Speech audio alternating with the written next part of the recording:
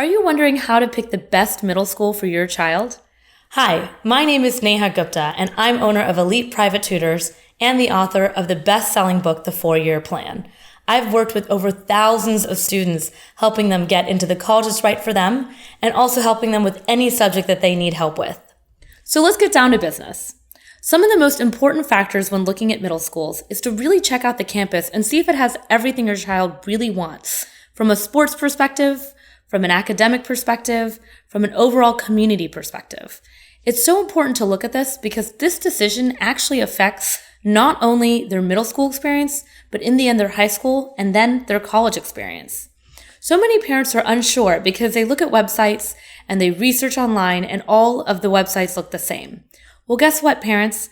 A lot of those websites are done by really great PR and marketing people. So they tend to say a lot of the same things. The only way you're really going to get to know the school is to visit.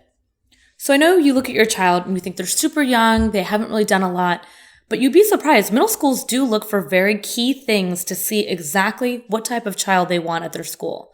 You want to make sure that your child really does well when they visit the school in terms of being polite, having the right attitude. You want to make sure that the applications are filled out in the way the school prefers. And you want to make sure, not only for the admissions team, but also for yourself as a family, that it makes the most sense. For example, I have a cousin who has a son that's applying to middle schools. And, they've been prepping for the IC, they've been taking all the prep for that, and he's obviously been scoring out of the park, so he's doing really well. But one thing I do know is going to be super important is the way he interacts with a lot of people on campus when he goes there. He tends to be shy. So I do recommend, teaching your child to not be as shy when it comes to being on campus. Sometimes at a young age, you have students that are outgoing or you have students that are kind of introverted. And it's important that they're polite. They say please, they say thank you, and they're very respectful when they're on campus. This is a very key thing to note because a lot of students don't realize that they're actually being interviewed/observed during this campus visit. Another thing I'd note is that sports are really important at this place because if you go to a middle school with a very, let's say, not so great sports program and you want your child to possibly be really good in a varsity in high school and then also possibly to play college D1, you're going to want to start making that decision early on at the middle school level. So make sure you look at the offerings in that sense.